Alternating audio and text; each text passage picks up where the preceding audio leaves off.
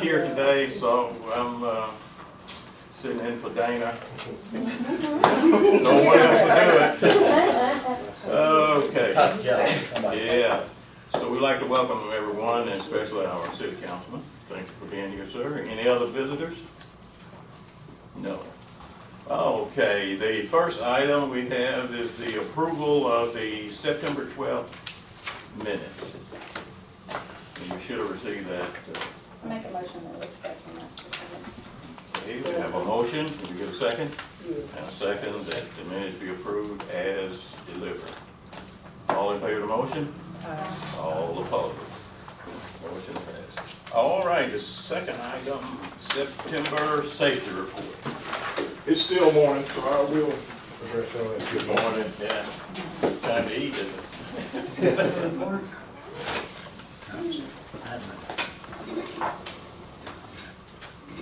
Okay.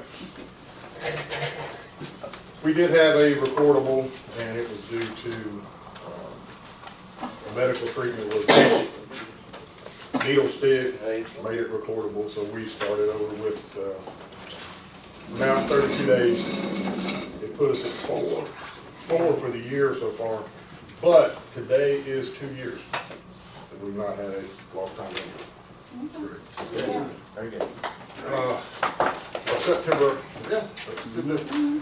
Our September hour incident rate went to 7.8, and then adding in this part of a month, it was at 1.4. It goes down the more we work, the less we get injured. Let's see here. Had 2 CPR recertification classes, the 19th and 20th of September. Only had 24 employees get recertified, and that was a struggle getting that through the transportation department program because they quit funding. So I had to do a little begging to get them to open that up for me. And then I wanted to give a little shout out to Mike Land and the water department, what they're trying to do there. You know, the linemen have a structured program that they go through with their training and schooling, and the water department not so much. And Mike and I kind of collaborated and came up with a way for him to teach them how to make taps and repair pipe out of the ground in a training kind of environment. So we built a set of trusses on wheels that we can put different material pipe on it, and he can go through and show them how to do all these things using the equipment. Before, it's down in a hole buried and water's there, and it's just better hands-on, and it's going to jumpstart them to be able to get to work quicker. And then I'm just going to stop and say, last month I said we were done with the heat, and I was wrong because September was hot, but we still did not have any heat-related illnesses or anything associated with it, but September was one hot month, so that was a mistake on my part. I will never say that again. I think I jinxed us all. We needed it for the electricity source. Just let me know and I'll say it again sometime where we need to sell more No, electricity. that's enough for this year, or for next year. But that's all I've got. Anybody got any questions? Okay, no questions. The next item will be our personnel update. All right. We did not have any new hires during the month of September, so our number remained the same. But just to kind of give you an update, we have 2 new office employees who have not officially started yet. They, Terry turned in their paperwork, they had to go through the drug test, had to go through the background check. All that has been approved, and I think we've extended their time, but you know, people have to give 2 weeks notices if they're somewhere else. So in October, we will see that the utility office will be fully staffed. Is that correct? That's great. So That's it? that's it. Okay. The next item, financial update.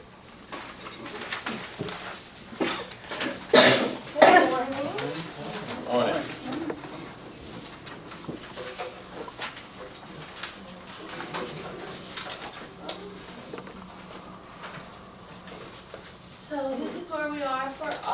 is, compared to year-to-date budget, $969,000.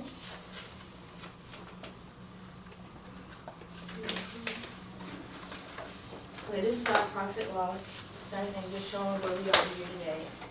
It's year-to-date, broke down per category, and just, you know, again, you can see those where, that's awfully small, I know up there, but you have them in front of you. I mean, you can see the positives and negatives per category. Yeah.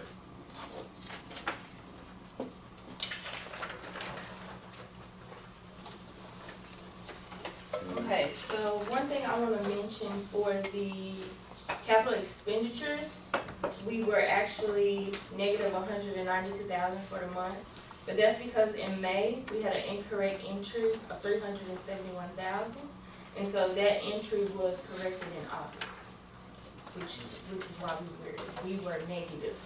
I don't know if it, does it show it? No, it does That not. one's not in here. Okay, but yes, so that is why, for the month of August, our capital expenditures are negative, which brought down our numbers, Correct for that, just a month. just for August. We actually, what ended up happening is we actually had just down at our plant, when they were doing a checkout item, he put in, instead of 500 feet of wire, he accidentally put 500 light fixtures. And those 500 light fixtures cost, like, I think they were $350 a piece, so. Light fixtures cost more than wire. Yeah, especially just 500 feet of wire. So it just, whenever we saw, we were like, oh crud. And so they had went through and JV'd it out, got it all. If you're looking at the numbers, and as Brett and Ward kind of were talking about temperature, you can see through August our revenue is down. Believe it or not, May, June, and July, our sales were down in August compared to last year because of temperatures being lower. I mean, our sales are directly related to temperature. I mean, so we actually, the first part of the summer was a cooler summer. As you remember, we were having a lot of rain too, so that helps it keep it cool, and so our sales were down. I can tell you September, I don't have, we made up some of it, and I think October we're gonna make up some of it too, so. So, we have made some ground back on our revenue, but still doing good. Thank you, man.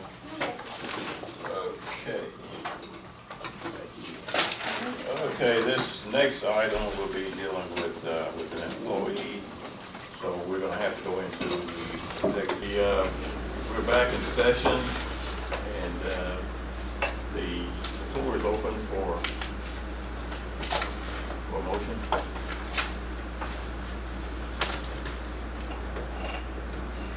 So by the balance, it means that we're not acting upon this at all. Right. Leaving it the way it is. Exactly the way it I is. recommend no further action. All right. Is there anything else? Need to come before the commission? Who second? You don't have to have a motion, You don't have to have one. because you're not overturning All right, there's nothing else, Mr. Ross? We're gonna be meeting 12 o'clock with the city council. All right. Thank you. We'll be in the training room.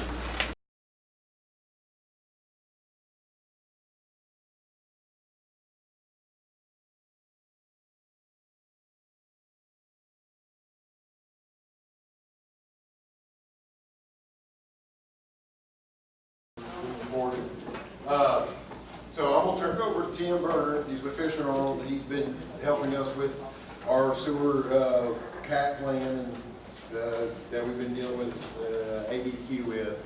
As you're going through, you want questions if they see something so that it's fresh on their mind as you're going through the presentation.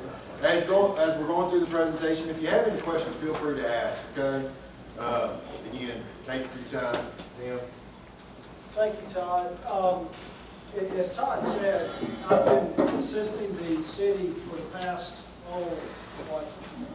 20 months on the development of a corrective action plan for your sewer collection system and treatment system that ADEQ requested.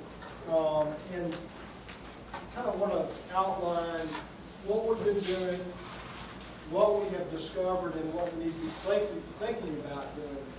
And as Todd said, if you have any questions, assuming they're easy questions, go ahead and just raise your hand, and I'll stop and try to answer the best we can.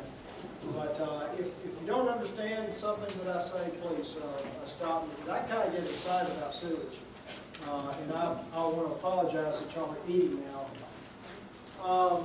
So, in case you didn't know, you have a wastewater treatment facility that ADEQ, which is the regulatory agency that oversees all discharges within the state of Arkansas, permits your plant to discharge, receive and discharge an average of 6.3 million gallons of sewage per day.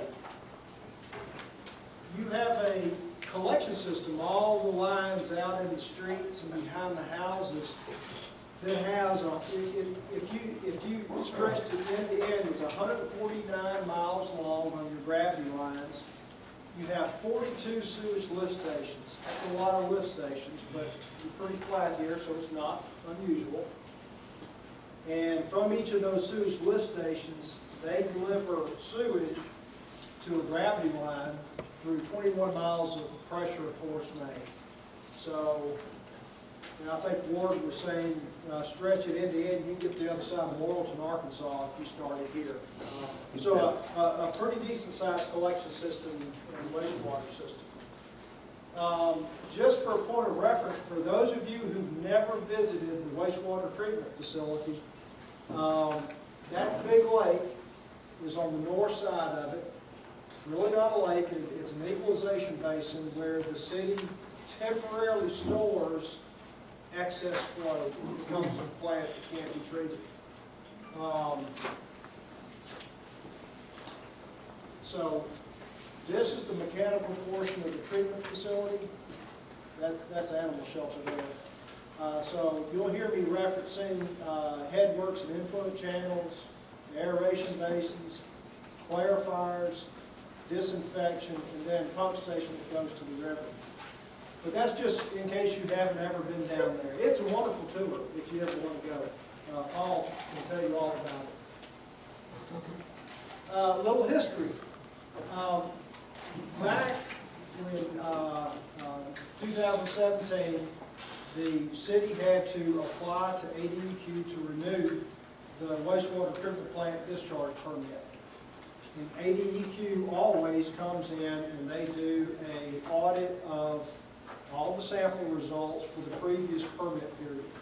So they went back and looked at from January 2014 to December 17, you had self-reported 3 bypasses at the wastewater treatment facility that totaled over 70 million gallons of sewage that over time could not be contained within the equalization basin nor sent through the plant for even partial treatment. So it was,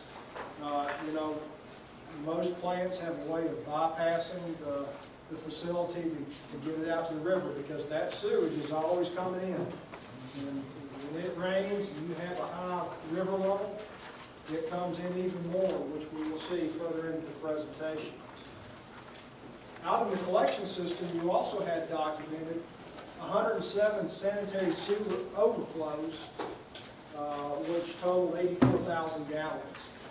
Now, this could be as simple as a individual house connection that was backing up and sewage was coming out, or a manhole that was plugged and sewage is coming out onto the ground. That's what the state considers an overflow. Once it leaves the sewer system and is flowing and gets into a ditch or a stream, you've got to self-report those, which the city has diligently done because That's just what you have to do. It's required by law. So in looking at these, ADEQ said, you know what? We're going to renew your permit, but we're going to put a requirement on you. You're going to develop, knowing that you have these plant bypasses and we have these recurrent sewer overflows, we want you to develop a plan, a corrective action plan, that outlines what you're going to do to assess how big an issue you have, and then steps that you're going to take that will, over a period of years, to correct those issues so that hopefully with the end result, you have no more plant bypasses, you have no more sewer overflows, and everybody's happy. So that's where I came in. I'm the engineer of record for your corrective action plan that we developed and submitted to ADQ back in April of 2018. And it outlined several things that we recommended be done. And those were put into the requirements by ADQ. So it requires us to continue the SSES work that was begun back in 2013. So the utility has been very proactive in trying to assess where all of this extraneous stormwater and groundwater is coming into the sewer system. As early as 2012, 2013, you engaged in a series of studies on portions of the town that did flow monitoring, that did closed circuit TVing of the sewer lines, smoke testing, all in an effort to identify point sources for repair. And you're even now entering into the rehabilitation phase, the construction phase on some of those recommendations. But that was only a small portion of the town. It also will require us to continue with the aggressive rehabilitation that, again, you've already started. So that's on the construction side. They also, because of the bypasses, they are requiring that you look at your wastewater treatment facility and you determine hydraulically how much flow can you get through the plant before you potentially have to bypass around the plant, or if you spill sewage out of any of the unit processes within the plant. They also require West Memphis to develop a model of your collection system. And that model has recently been completed. That was some work that RJN performed on behalf of the city. And that model is very important to determining what the wastewater treatment facility actually gets during a heavy rainfall event. So that's very, very necessary. And then, depending upon what the wastewater treatment plant evaluation and the sewer collection system model shows, what are some options? How are you going to find your way out of the woods, so to speak? So, as I said, West Memphis has continued to move forward with sewer system assessments and rehabilitation. Since the CAP plan was approved, West Memphis Utilities has already spent $2.2 million on rehabilitation efforts and assessments, with the lion's share going towards manhole rehabs, which we currently have a project going on now, additional assessments that were started back in 2013, and even recently, $1.8 million was earmarked for, in the contractor, they're into the contractor to repair several point failures that are pretty significant within your collection system. That's a lot of money for 3 or 4 point repairs, but these are such that with the sewer system and the ground conditions that West Memphis has, it's way above the ability to expect your crews to go in and fix. So present day conditions, and here's where we might be getting into some things that you may have some questions. Since November of 2018, remember that big lake that I showed you that was just north of the wastewater plant that is where we store extra sewage? Since November of 2018, West Memphis has had to store 650 million gallons of sewage over time through that basin. And let me say what happens, what Paul has to do is, if a big rainfall event comes in and the flow coming to the wastewater plant from the collection system is such that it's beginning to overwhelm his ability to treat and convey the sewage in his plant, he has to divert the extra flow over to that big lake. Now, ideally, that big lake is dry, and he's got 54 million gallons worth of stores that he can temporarily store there. And as the flows, after the rainfall ends and the flows go down, he can pump out of that basin back into the plant and treat everything, no bypasses, everything's controlled. But in this case, since November of 2018, he was able to pump back from that lake into the plant with treatment 500 million gallons of untreated waste. He's able to do that as the hydraulic conditions in the plant allow. Now, unfortunately, there was 150 million gallons total that could not be sent through the treatment facility for treatment. And he had to get rid of it because these excess flows were still coming to the plant where he had to have somewhere to put this sewage. So on 5 separate occurrences, we had a reported bypass of 150 million gallons of sewage. And that was reported to ADQ. It's never good to have a bypass, but it's really bad if you don't report bypasses. And everybody we report, we self-report overflows and bypasses. Just to kind of, basically what happened was, his treatment plant was treating everything he could, the pond was full, and there's no room to put it, and he still has water come to him. And I know we don't want to turn off the pumps in the city and let it go back on the city, so we literally called the state and said, we're at the bypass. We opened up a valve, and it's 150 million gallons went out, not treated. In the meantime, in between time, when we have that sitting in that area there, I mean, I'm just thinking, I'm talking about for environmental, how dangerous that, I'm just saying for it, because it's not being treated. And I'm looking at the fact that like mosquitoes and things like that, they land and then they come back into the community, boom, boom, boom. So. I mean, that area is a pond that. Well, that's right. right, I mean, I understand, but because it's untreated, I'm just saying, what other methods can we use to improve it where, you know? Good thought. Well, that's where we, Yeah. go ahead. Slide number 20, there. How do you measure? So the wastewater treatment plant on a day like today, when it's not raining, hasn't rained significantly for a period of time, flow that comes into the plant goes in through an open channel and it's measured through a partial limit. And we know what the flow is coming to us.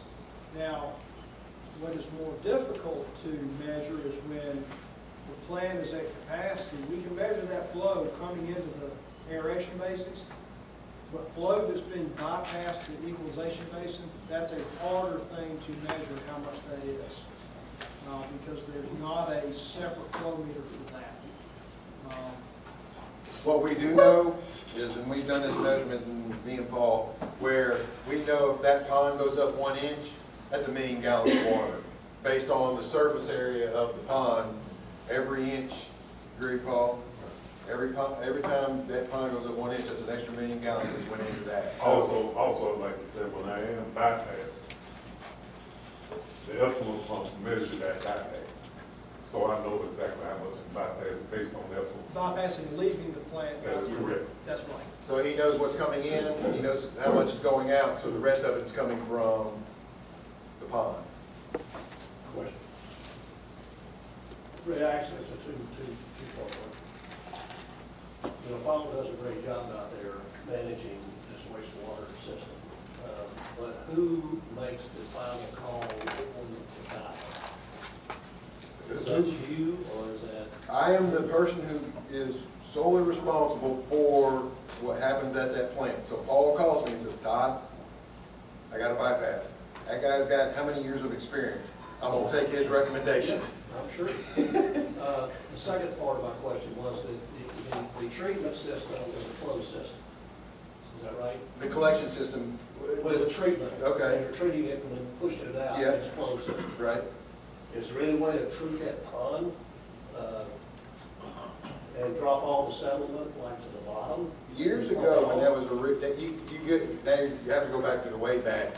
They actually, I think, petitioned to ADQ to try to do what you just talked about, and ADQ would not approve it. Because that's why originally when that pond was put in, it had aerator wheels out there, and they tried to do that, and it did not get approved as a treatment process. So we're going, from that, I'm gonna say no. Because when it was originally installed, I think they tried to get that done. Well, I mean, you see a lot of these holding ponds in some smaller communities around here, and they have those Lagoons. Lagoons. Yeah. And I'm assuming that's what they're doing on those open ponds. Yeah, but again, when that was, Holding ponds. those are actually, Usually smaller communities. that's right, a lot smaller communities. That's right. And typically, that's a different type of wastewater makeup. It's typically smaller communities don't have industrial waste. It's typically strictly residential waste, which is different. So when you're treating that sewage coming out of the plant, you also are doing samplings out in the community, at least for industrial plants. To check the VODs and all that. Yeah, that's a different department. That's But Denise. I mean, you know, She is verifying and checking all that information to see what is coming. That is correct. I was about to say this wrong, so I'm sorry. I think I have to select a meeting with him because my question is quite extensive at this level. I've visited the treatment plant once a long time ago, but I really would like to come out and visit it so you can just kind of show me how it works. And, you know, all the going in and the out and things of that nature. So I can really become familiar with it. So I guess if you set the call and you can set that up. Thank you so much. Good questions.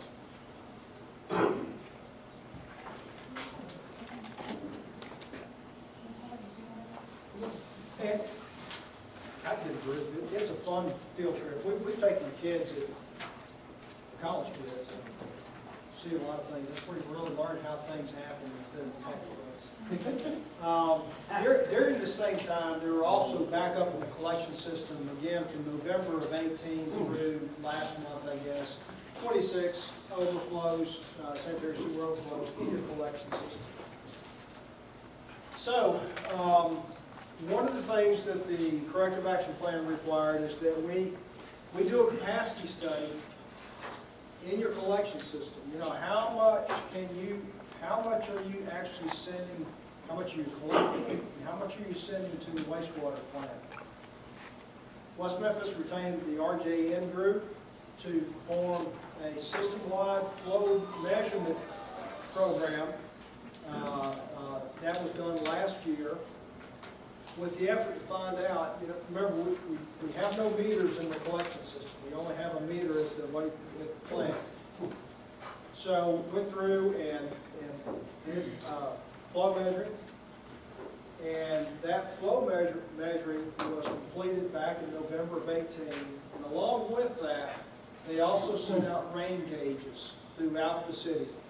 Because one of the things that we want to find out is it's very easy to count rooftops and figure out how much specific industries are discharging to your sewer system. But the more nebulous thing is how tight is your underground sewer system? You know, how much groundwater is infiltrating in there? During a rainfall event, how much stormwater is inflowing through manholes or inlets or broken house connections? Because that's really what you need to be taking what is reasonable during a rainfall event. That's the hydraulic throughput that you need to have your wastewater treatment facility to be able to handle with treatment. So that you don't get into a position where, well, I filled up my EQ basin because the Mississippi River is high, and I'm getting these recurrent storms. You know, think back to early this spring where it just rained. You had 70 or 72 inches of rain in the first part of the year. That's an enormous amount of rain, but it could happen again next year, and likely will. So we're trying to quantify what is that. What are we talking about? Order of magnitude. I've got another two-part question. It goes back to the previous slide. So you had 26 overflows. Are those managed overflows or those? Those are, I wasn't able to move all the water. I can only pump so much, the pumps can only move so much water. Yeah. So when it's an SSO, it's not managed. The second question gets back to what you were talking about, the 72-inch rainfall. How many hours does the treatment plant run? They run Never stops. 24/7. 24/7. 365. So I was gonna say, if you knew that you were gonna have a huge rainfall, then you could, you know, but this is just a temporary Right. fix. Well, It's not the fix. right, and I think that Paul can better speak to this, but when we know there's gonna be a rainfall coming in, and we're gonna try to maximize how much we're pushing through that plant. There are things that he does within his plant to prepare for that, so that he doesn't wash out all the biologic solids that are necessary for full treatment. Right. I mean, we've seen communities that don't do that or get caught, and they have what we call a washout of the plant. And biologically, the plant kind of dies, and you gotta kickstart it again to get it going for the biologic treatment. So Paul does an excellent job of predicting and preparing for those events. But he's not Superman, and when we have a high river and a high groundwater table, Right. and we get these rain after rain after rain, you got 54 million gallons of temporary storage in that EQ basin, you're gonna fill it up. And that's what we see, is that it's filled up. When it's filled up, there's no room at the end. That's when a hard call is made to Todd from Paul. We gotta call up Little Rock and let them know that we'll bypass it. Because if we don't, it's backing up into your collection system and out into the streets and yards. And that's where it really becomes a public health issue at that point. Right. So, we've got this thing called a 2-year, 24-hour storm event. It's a theoretical storm event that means you're gonna have about 3.87 inches of rainfall over a 24-hour period. And the peak intensity per hour is 0.5 inch per hour. So it's, it's not just continuous, the same rate over 24 hours. It's kind of rises and then falls. And that is what many states, Arkansas included, have standardized on with your collection system and treatment system. You should be able to, with the flows generated within your sewer system, you need to be able to handle that. And in West Memphis's case, through this modeling and the flow assessment, you're getting up to 18 million gallons a day flow rate into the plant. Remember, the plant was rated at 6.3 million gallons a day, average. And our daily flow, about 4 MGD. So it's normal flow coming in, we're averaging about 4 MGD. So that's a big deal. Now, RJN also finished their system model, the collection system that is able to predict during this wet weather event, you know, how are my gravity sewer lines doing? Are they beginning to back up? Are the pump stations that these gravity lines discharge to, that then gets picked up and sent to the plant, are they able to accommodate those flows? You know, the results would suggest that during that theoretical storm, that you've got a significant cascading daisy chain event occurring with all the pump stations. You know, picture up at the north end of Avalon, one pump station pumping downstream that's got to be pumped by another pump station, and so on and so forth. And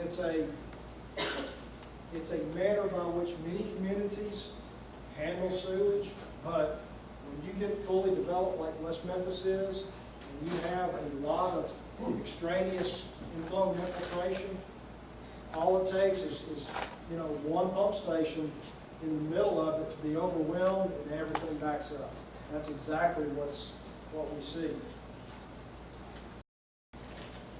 Now, on the wastewater treatment plant side, remember we're a 6.3 MGD plant. We're in the final stages of taking the results of the RJN study and plugging them in just so that we can model that theoretic. Well, here's this 2-year, 24-hour storm. What is it doing to my plant?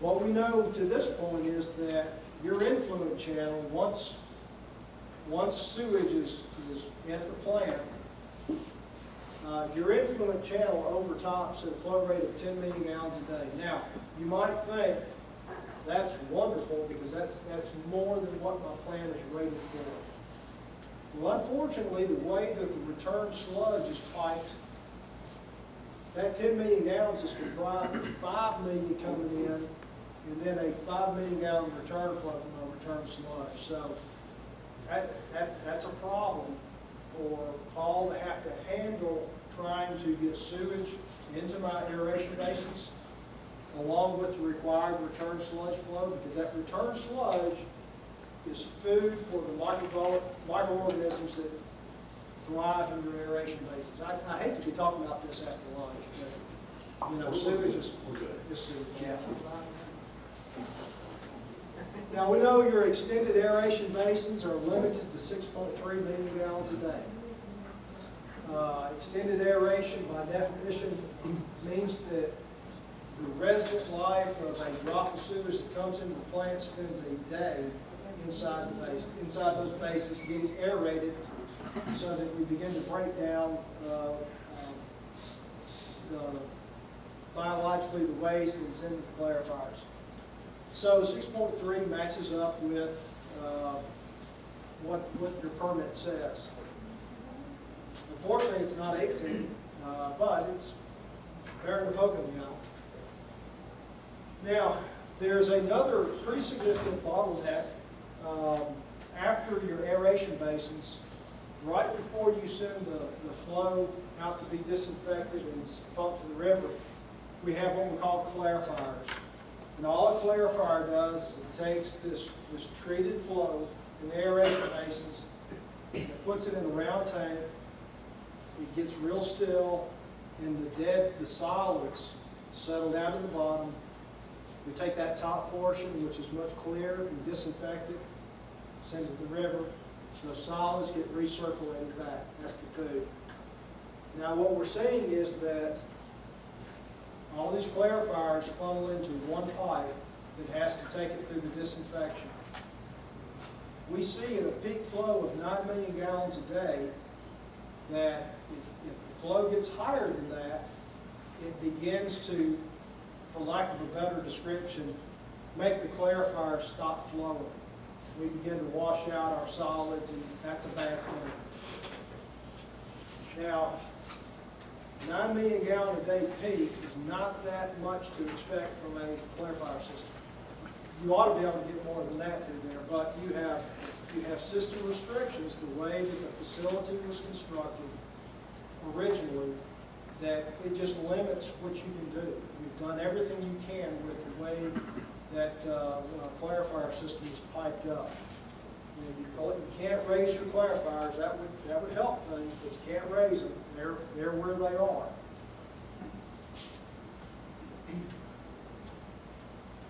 But I said, but wait. Yeah, so I kind of gave it away. Remember the 18 million gallons coming in? You know, if the wastewater treatment plant can handle it, is there a solution? Is there a way out of the proverbial woods? The short answer is that there are things that are available to West Memphis to consider to enhance how you're handling and treating more hydraulic flow coming through your facility.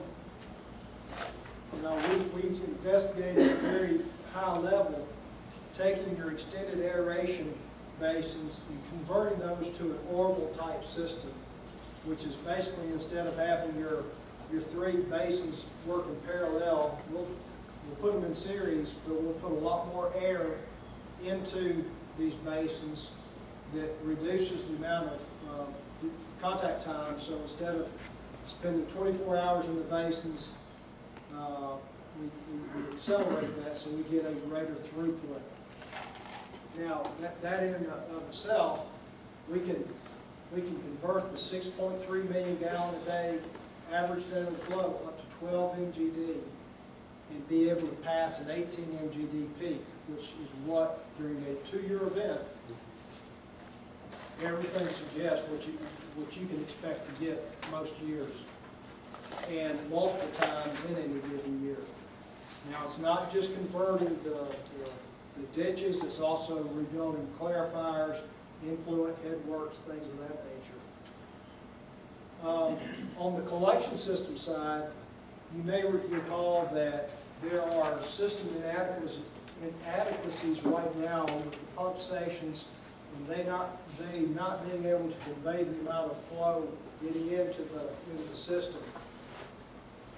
There is conceptually a way that you could, certainly on those pump stations that are serving those communities along Avalon, we could look at building a common force main to where these pump stations pump to a common pressure main instead of pumping to the next pump station down. That way, if you lose one pump station, you haven't lost the whole thing. There's Question. yes. Would that common header pump directly to the plant, or would you pump into one of the other stations? That common header would actually discharge close. We've got two main big pump stations right now, pump stations 8 and 9, and those are the two pump stations that take everything to the wastewater plant. It would discharge in one of those stations. So we can't completely eliminate that. But that's a good thought, because what you'll see is it's also recommended that we take pump station 10, which is sitting over on the east side of town, and build a brand new pressure main from that directly to the wastewater plant. That gives it relief. It takes load off the existing larger stations that need a little breathing room, and it will allow a reduction in the surcharging of the system that pump station 10 serves. Just, Station 10 is East Monroe. I think it's South 25th and East Monroe, I think, is where that station is. Due to the issues we have in that area. And right now, all three of those stations are Station 8, which is on the southeast of town. They all come over and then cascade over. Believe it or not, Station 3, the water at, and I went over this a couple times, the wastewater at Walmart goes into Station 3. We then pump it, and it goes to Station 4. It then is pumped, and it goes to Station 6. Station 6 pumps it to Station 7. Station 7 pumps it to 8, which is at East Jefferson and 7th Street. Then we send it to the wastewater treatment plant. If we can get all those off, so where they're just going, and the thought was it's actually those 3, 4, 5, and 6 going into 9, which is at the end of Avalon. And that will relieve 8 somewhat. Then also taking 10 off would then help the east side of town. And then that going into 9 will help that part where it's not cascading through. But you'd have more of a balance between 8 and 9 as far as the volume of flows. Exactly. coming in from each station. Right now, 8 is overwhelmed because everything coming to it, you know, that was, I guess, hey, that's gonna be the main station, so. In 9, you said, where's 9? At the end of Avalon, Again, that one, but is that an area though that is flood prone? no, we don't have issues down in that area. 9, we hardly ever have, we don't have any issues during rain events at that station. And the reason being, you're thinking, oh, 9's near Westwood Acres, aren't you? The water from Westwood Acres goes over to Station 8. All that water from basically Rich Road east goes to 8. Everything west of Rich Road, and I might be off, it might be Avalon, I'm trying to think where that line is, goes west and goes to 9. So 9 sees hardly no capacity.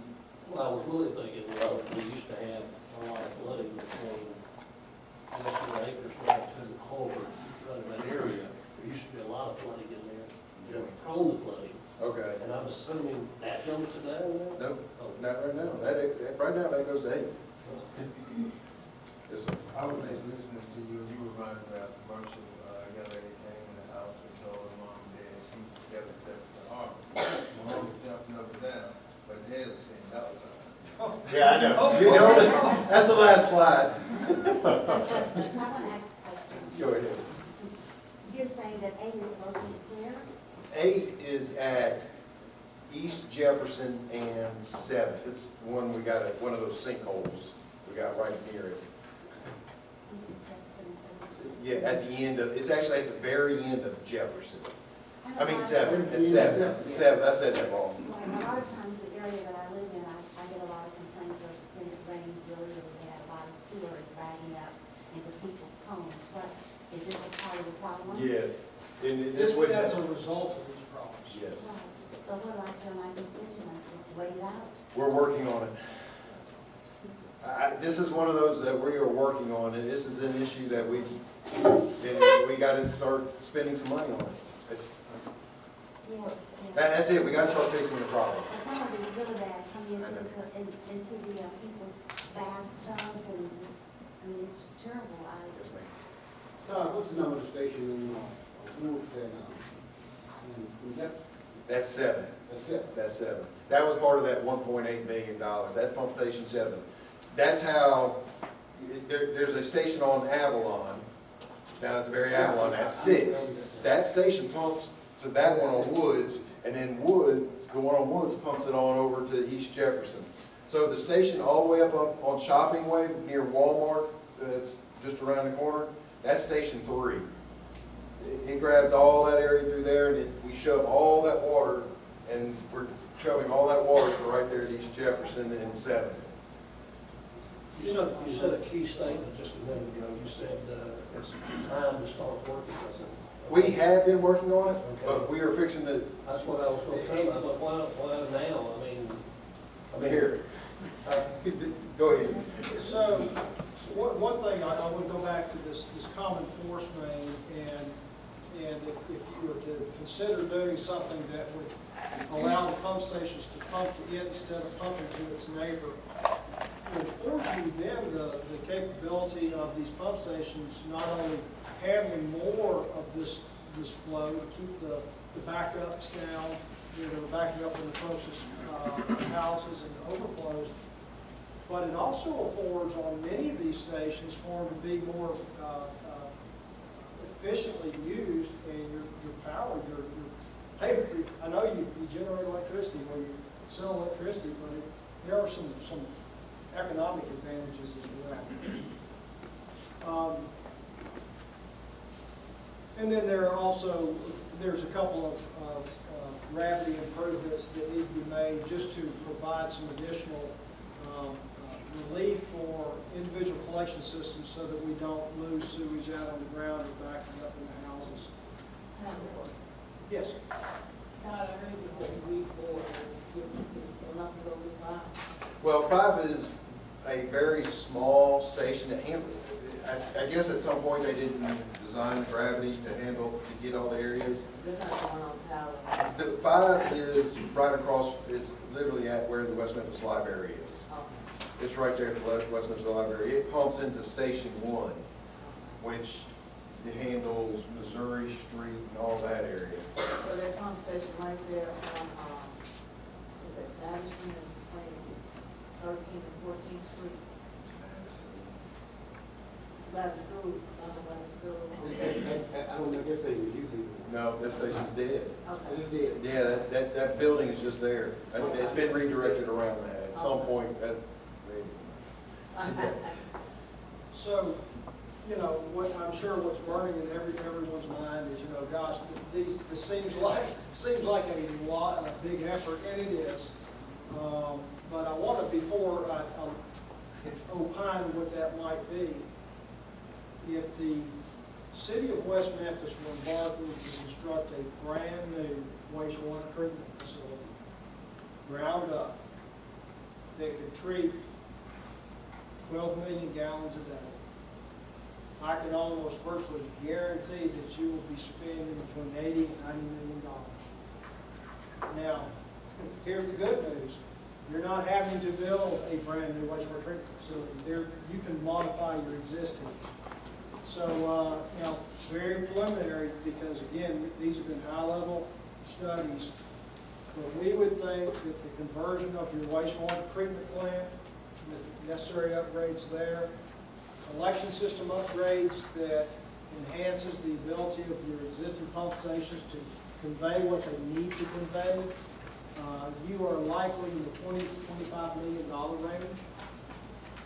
I know that's a lot of money to consider in one bite, but there's really with the amount of, and this is in addition to those monies that you'll continue to spend to rehab your existing, just fixing leaks that are identified in your assessment reports.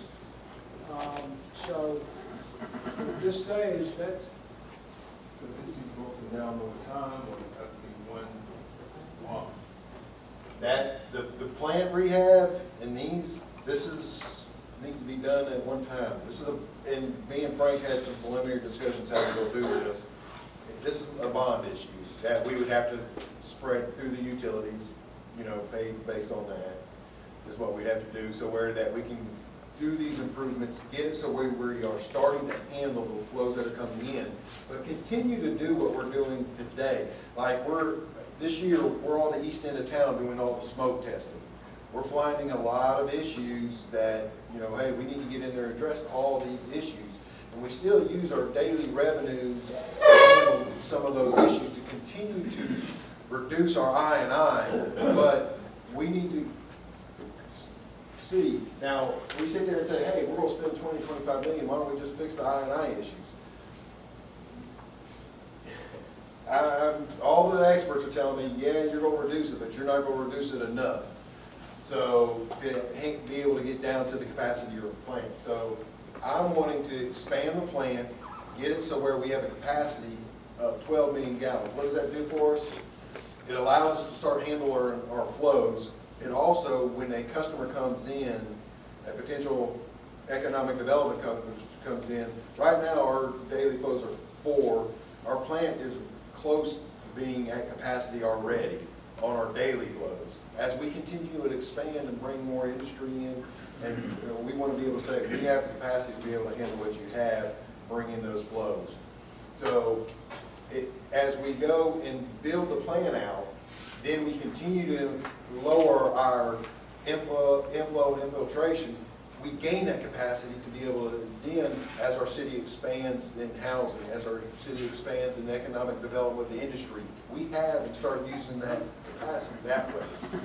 So Just to tag along with Todd there, and this is critical. Expansion of the wastewater treatment here at the city is critical for industrial and economic growth, industrial recruitment, economic growth. And as he said, we're almost tapped out with that capacity now. So it has that residual benefit, not only resolving the problem that you have with the flows, but it also is critical for us. But I do have question as it relates to the overflows, by the connection of eliminating this cascading effect. We should essentially eliminate the vast majority of the overflows, which seem to occur in those areas where you've got all these pump stations pumping one after the other. That's correct? That's a correct statement. And I know it's like, hey, I'm sitting here saying, hey, this is a choice. We've had 5 bypasses this year, and you've seen what we've done. If we don't choose to do this, the state might come in and say, you're going to do it, and they're going to actually do a fine with it, potentially. There's other cities that are dealing with this same issue where the state has came in and said, you're going to do it this way, and by the way, you're also going to pay this fine because you're not choosing to do what is right. I think we are trying to proactively do this and show that we are showing good effort, and I think this is a good step to start moving forward. Because this process is going to take, to go through and to do the full-blown design, get this approval through ADQ, because once they do the design on the plan, ADQ has to go and approve the plans of that. You're talking 2 to 3 years still out, just on the plant redesign. The force mains, the collection system improvements that we're continuing to do, we're going to continue to do those every year. So, and I'm going to be looking for y'all for some guidance, because I can tell you, some of the smoke testing, we're finding a lot of issues on the services of customers. How do I address that? How do I, if customers, their yards flooded, they go out there and they knock off the clean out. My yard's not flooded anymore, but I'm now treating all that water. How do we've got to start to come up with some way to start to handle these issues. Or if there's areas that have a lot of infiltration in their pipes, how do we address those issues? And I'm going You ever owned a goose? no, I've never owned a goose. Never. No, No matter I'm what from you feed Biloxi. a goose, he's not gonna lay a golden egg, you know. Okay. Well, I can't answer the question you just asked, but I do have a question. You said that you're doing a smoke test over in the northeast area. Yes, ma'am. I want to know, there are a lot of vacant homes there. How do you deal with all that? I know kids are doing their little, what do you call the little, The clean out cabs, yes, ma'am. a lot of, right, a lot of them, there's a lot of stuff in there, garbage and whatever, and kind of, it's around all those apartments, sometimes I go and there's no lid on any of those cleanouts, and I just see a lot of trash in that. Does that have anything to do with the flow of everything and causing people to have all these backups? And how do we handle that?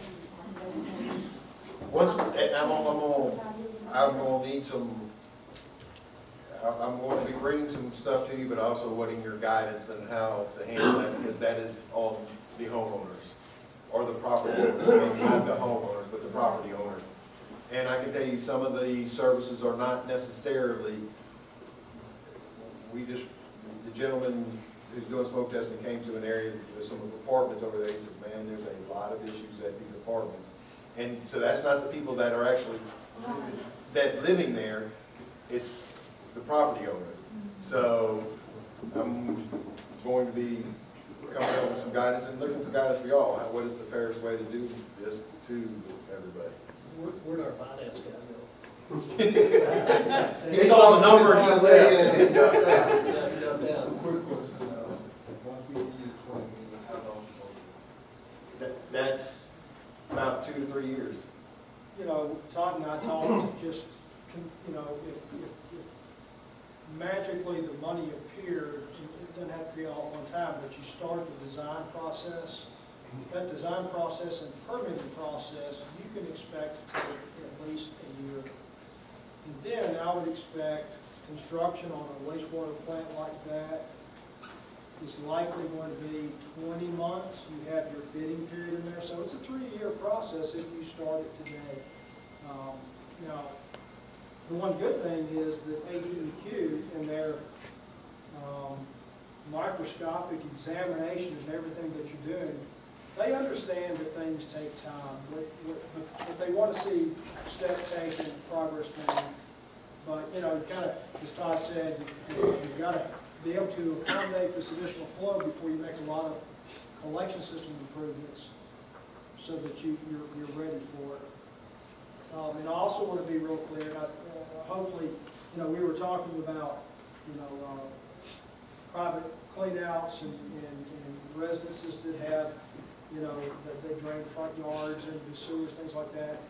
The correction of that is not included in the $20 to $25 million. That is,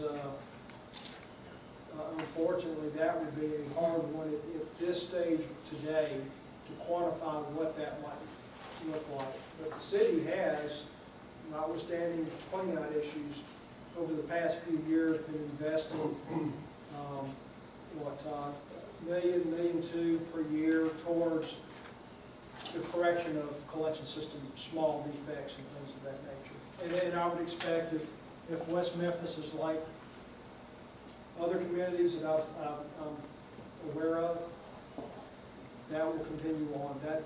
That unfortunately begins to be a cost of being the owner and operator of a municipal wastewater collection and treatment system.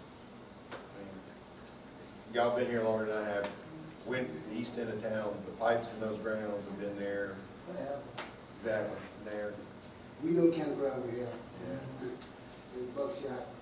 Yeah, I know, we gotta work on it. One of the things I'm trying to do, I am doing is, I got an RFP for my power supply contract. Those bids are due this Friday. I will be evaluating those. I'm trying to secure my wholesale power, as y'all know, is one of my largest expenses out long term. Prices are really good right now, so I'm hoping that I can get those out long term. I get those out long term, I start to look at, you know, the revenue from that and get that secured for our residents.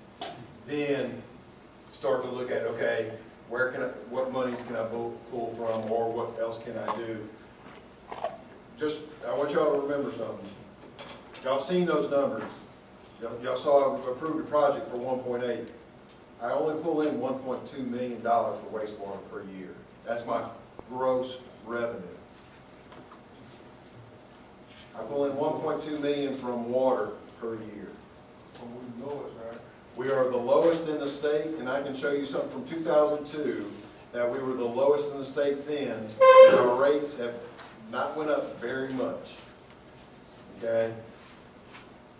And I'm saying that, but I will always come back to you and say, here's where my numbers, and this is why I need these numbers.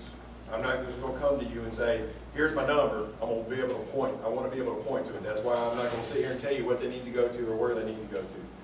But I can tell you our rates by far are probably the lowest in the state, and water rates might be the lowest in the country. Personally, I think the utility rates that we have in our city, I know the utility rate, the electrical rate is probably the second lowest in the state.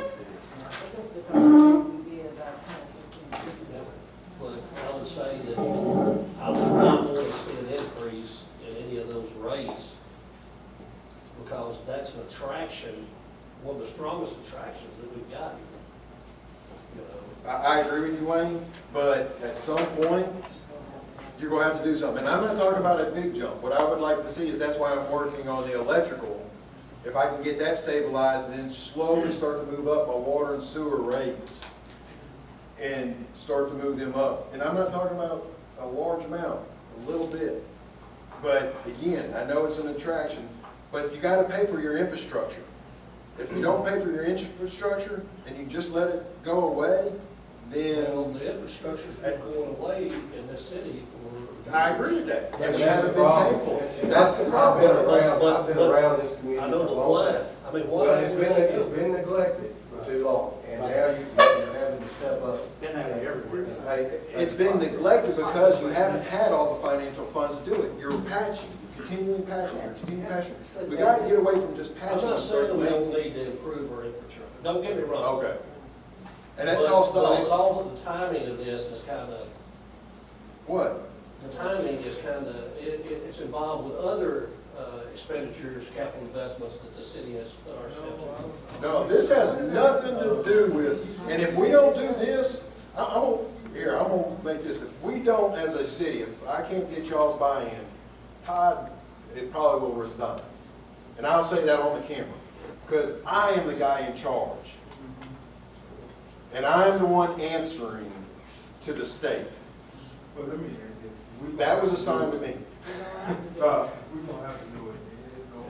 There's no way around it. And the only reason we paying low utilities now is because when Jim was saying what he did, 20 years ago, when we did the bought that, The generation. so now it's time. Is it not possible to raise? gas for 87 cents. I've been on this 26. I think it was 19. Are we so far behind on our sewer, is it not possible to raise rates and still be the lowest in the state? Yes. Okay. That's my point. We're that low. We're that low. Yeah, I'm just- Joe Marion. $700 a month for water upgrade. Well, we can go ahead. What are you talking about, when it comes to water or the utility? Say again? What rates are you trying to lay out? The water rates or the utility rates? It'd be water and sewer. We're gonna have to start to look at water and sewer rates. It's time for us to give raise to rates. Todd, we all agree, you just gonna move forward. And again, Todd, you quit, I'm coming to get you. I Charlie shouldn't have went there. Guys, I am the one responsible for that. I'm the one that answers to the state, and I'm going to do what I need to do to make sure that we're satisfying what needs to be done. I lean on Paul, and I lean on Denise, and I lean on the others that have all the expertise, but I'm the one who signs that DMR that goes to the state every month. Can I make a statement? Yes. If we don't do something now, you may see fines this high if we don't do anything at all. Because they've been fining other cities left and right. And a lot of times it's not ADQ, it's the EPA that comes in to do it.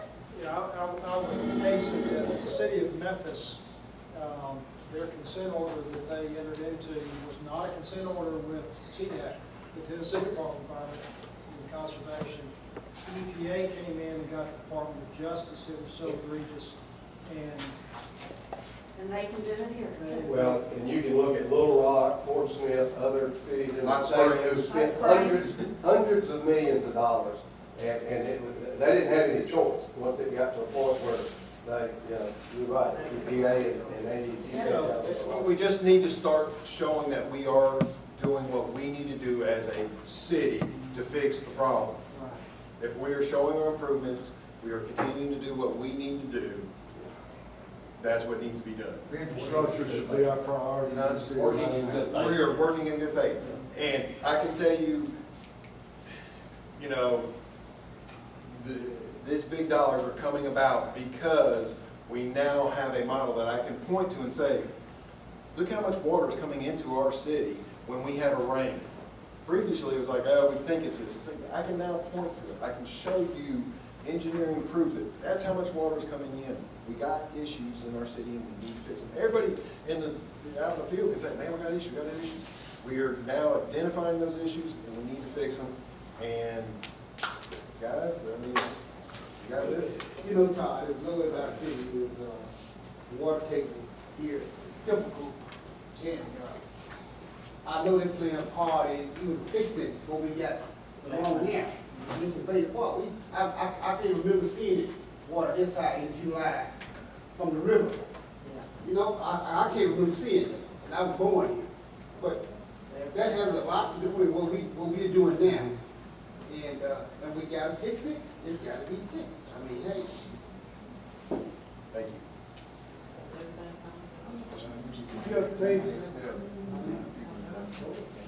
And again, we're continuing on the next step. This is, we actually are going to have we have to meet yearly with ADEQ and go over what our findings are. We're going to be going over these. He's continuing to work on the design. Again, this is preliminary numbers. We're still interjecting with vendors, so.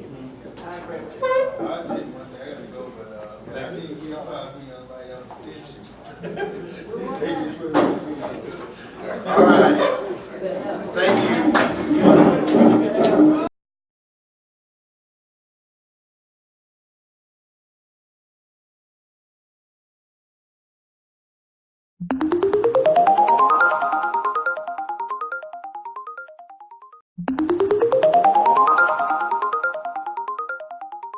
Thank you.